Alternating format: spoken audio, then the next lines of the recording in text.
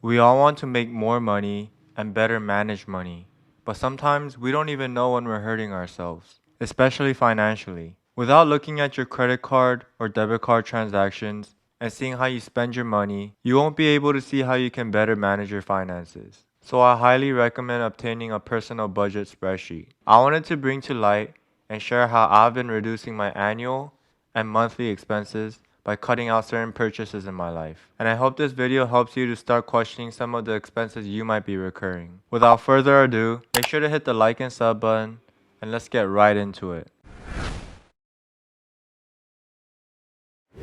The first thing I've stopped buying are purchases to feel externally validated, whether it be from friends, colleagues, or strangers.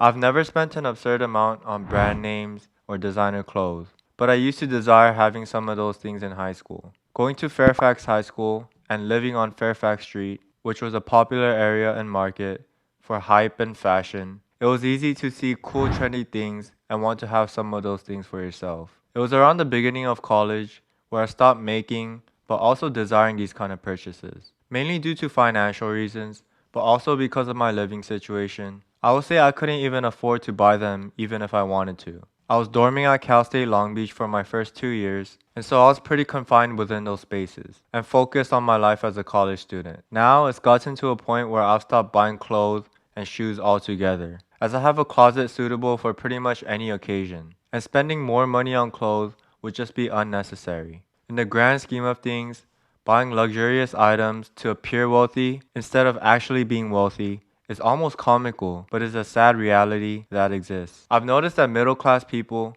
who tend to live paycheck to paycheck usually tend to wear and show off these luxurious items, while real millionaires and billionaires would almost rather be hidden with their wealth and look casual and minimal.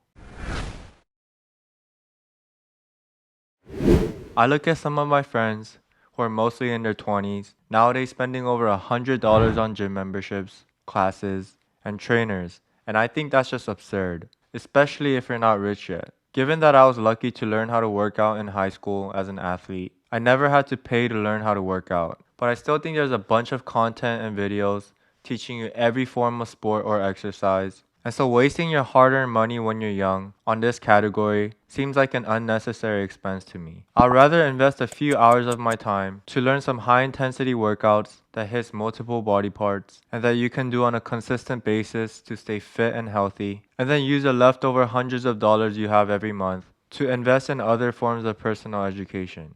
Be sure to check out my video on why you need to cancel your gym membership to actually get ripped, as I break down how you can financially and physically benefit from doing so, making it possible to stay healthy without a monthly membership. Other recurring memberships, such as Netflix, Hulu, Disney Plus, and other entertainment subscriptions, are personally purchases that I've never made in my life. You want to be saving as much money as you can, and only be spending money on necessities or things that bring you more money. Why spend your hard-earned money on things like Netflix when you can be spending that same amount of money on an online business course, a CRM software, an AI tool to speed up your workflow, maybe an auto dialer to make more calls for your cold calling, an online VA that you can hire and delegate your simple but time-consuming activities to, or other better monthly subscriptions that can better your life and workflow. When I was in high school and college, me and my friends used to rave about the best proteins and supplements to get for your body. I would go to GNC, Erewhon, and all types of places to get all sorts of powders, vitamins, and boosters to get stronger and more fit. But now, I don't use any of it. To get real specific with it, I used to make a smoothie every day that contained turmeric powder, maca powder, protein powder, collagen, green powder, fruits, milk, and all sorts of extra stuff that was probably healthy, but still a little over the top and kind of unnecessary. Now, given that I was in college for the most part and not eating a lot of nutritious meals, I would say the smoothie definitely helped, but making sure I had all the ingredients every month was unsustainable and costed way too much money. And if I could go back, I would definitely use that money for educational or investment purposes.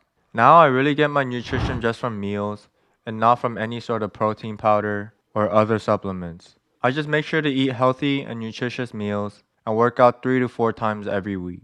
Now, if your career or passion lies on being super massive or powerlifting as much weight as possible, then what comes with achieving that is a lot more supplements, proteins, and other intakes like creatine. But I personally am not interested in all of that, and so I've decided to cut those kind of purchases out of my life.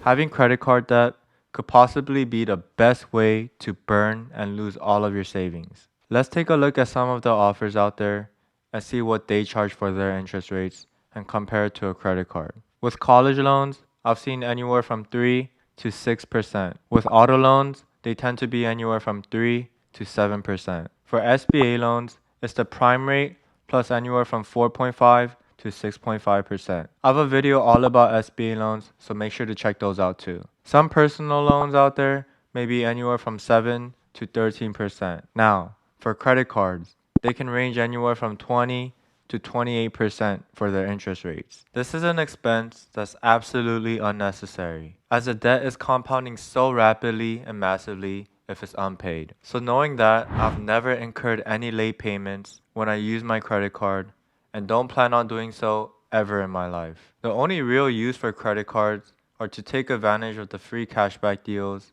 and the benefits they offer when you become a member of their card. But to incur those fees from the late payments are exactly what the banks and credit card companies want you to do, so that they can offer those bonus and travel points to more responsible folks like us. Make sure to check out my video where I listed 19 credit cards that can offer you $4,250 cash back.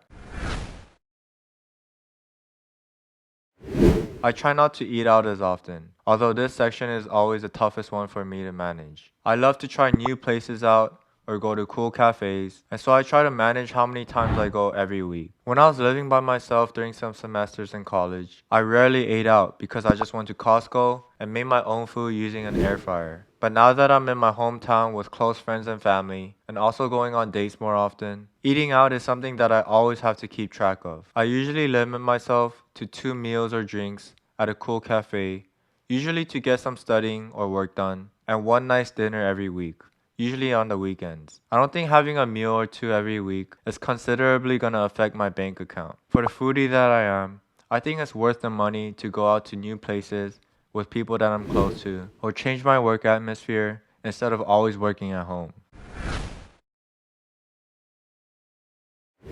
With an update of a new phone coming out every few years for Samsung or Apple, I personally don't participate in that trend, as it really isn't an important or necessary thing to constantly be renewing my phone. The iPhone 7 generally does the same things as the iPhone 13, such as making calls and texts, and downloading apps to use social media or other online tools. Now, there might be nuanced changes, such as the speed of the phone, the quality of the camera, or the size of the phone, but those just seem trivial to me, as I'd rather be investing my hard-earned money. Having a big friend group can have you purchasing dozens of gifts for birthdays, weddings, parties, graduations, and all sorts of occasions, especially in your 20s. After a while, I've realized how unsustainable it is to accommodate every person I know or am close to with a gift. And now I've shifted towards making my gifts a little less frequent but more meaningful. I've learned to view my time and company as a gift as well. And eating out together at a nice place can be a form of a present as well.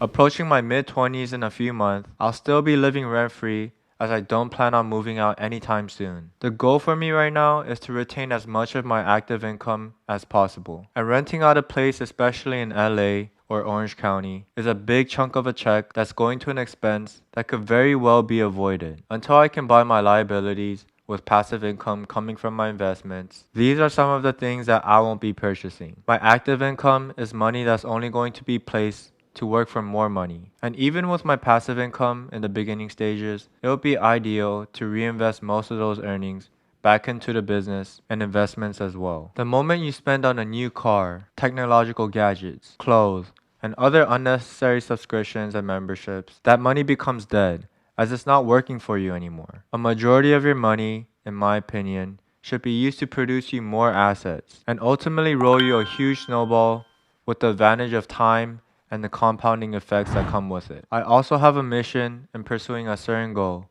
and so if you're interested in how I'll become a millionaire in my mid-20s, check out this video right here.